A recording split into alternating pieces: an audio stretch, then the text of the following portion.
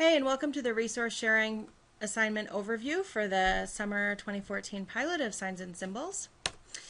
This assignment, this resource sharing assignment, happens twice. You do it 2 times. The assignment is the same both times. The first time you do it whenever you want between weeks 4 and week 8, and then you do it again between week 4 and week 8. And if you want to do both of them the last day of week 8, you are welcome to do that.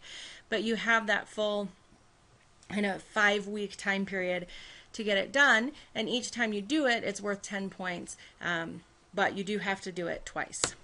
So the big idea of this assignment is that in this assignment you're going to identify and share a resource that supports one or more theories covered in this course and the Montana Common Core standards. And the reason that we created this assignment is that so often people really are just looking for resources. People want to know where to find great text for their students. People want to know where to find great writing assignments, where to find great online activities. There are thousands of them out there, and it would take one person forever to try and catalog all the different ones at different grade levels. But if each of you identify 2 of them that you like, that you've either used in the past or that you seek out during this course, we can kind of create a catalog of things that are out there that can support literacy and science. So there are 3 parts to the assignment. You have to actually have a piece about the resource, a piece that ties to the theory, and a piece that ties to the standards. In that first resource part, you're going to provide a brief description of the resource, about 100 words. That's pretty short. And you're going to explain how teachers can access this. That doesn't have to fit in your 100 words. You can just give a web address if it's on the web, or if there's any more detailed information about how to get there. Please make sure it's not a paid resource. We don't want you to kind of profile the textbook that you adopted this year. It's okay if you need a subscription. There are a lot of resource sites out there where it's a free subscription. They just kind of want you to log in to get to stuff. And don't forget to look at Open Educational Resource or OER sites for stuff. So when you provide that description of the resource, we want to make sure that you are saying enough that your classmates don't need to go and click on all 40 resources to decide if it would be useful. So in your description, make sure you're just saying enough to make sure other people would know if it applies to what they're looking for.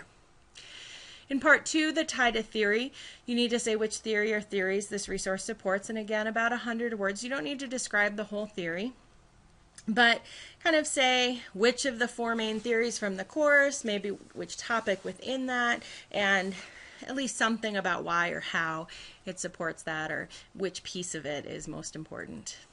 Again, you want your classmates to understand this one is actually more for us in terms of us being able to have a little bit of an assessment on whether you understand the theories well enough to identify appropriate stuff for them. Part 3, tie to standards, you need to say which of the Montana Common Core standards it supports, give the anchor standard and the grade level. And it can be a grade range as well, but make sure that you are giving an anchor standard and at least a target for the grade. And again, you have about 100 words to do that. And this is really important because if you've gone through this whole course and you've decided you really need to do more with Anchor Standard 1, that part where students are citing evidence from text, you might go through all the resources and look just for ones that hit Anchor Standard 1 and are within at least a few grade levels of where you teach, so you don't have to do too much modification. So this is a really important part for your peers to be able to decide if your resource is useful. The point breakdown for this assignment, it's worth 10 points total, and the points are assigned based on the 3 parts. For the resource description, it's 3 points, and it's whether or not there's sufficient details for interested teachers to access it and whether or not it's clearly described how it would be used in a classroom. The tie to theory is also worth 3 points, discussing the learning theories you believe support it, and then how the resource could facilitate learning science, and that ties again back to the theories and best practices. And then the tie to standards is worth 4 points, and make sure to be really explicit about the anchor standard or standards and the grade level or levels that you can see it supporting. That's the whole assignment, and again, you'll do that twice. If you have any questions, be sure to ask, and have a great day.